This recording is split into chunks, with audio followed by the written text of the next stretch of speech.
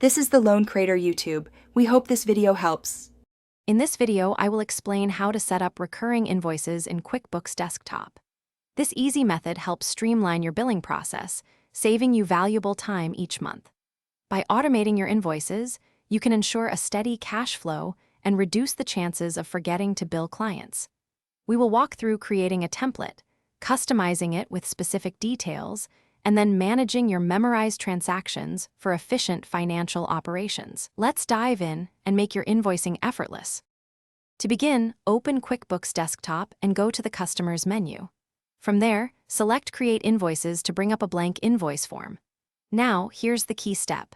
With the invoice open, navigate to the Edit menu at the top and choose Memorize Transaction.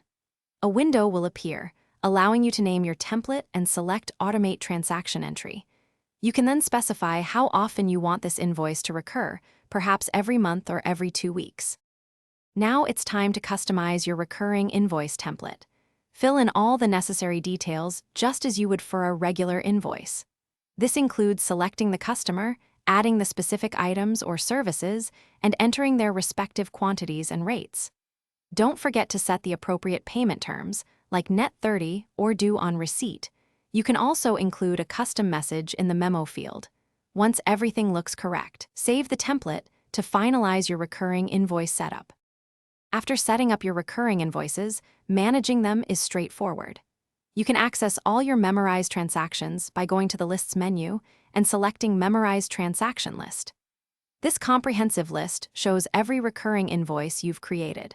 From here, you have full control to edit any template if details change, skip an upcoming invoice if needed, or even delete a template that is no longer required. Regularly checking this list ensures your billing remains accurate and up to date.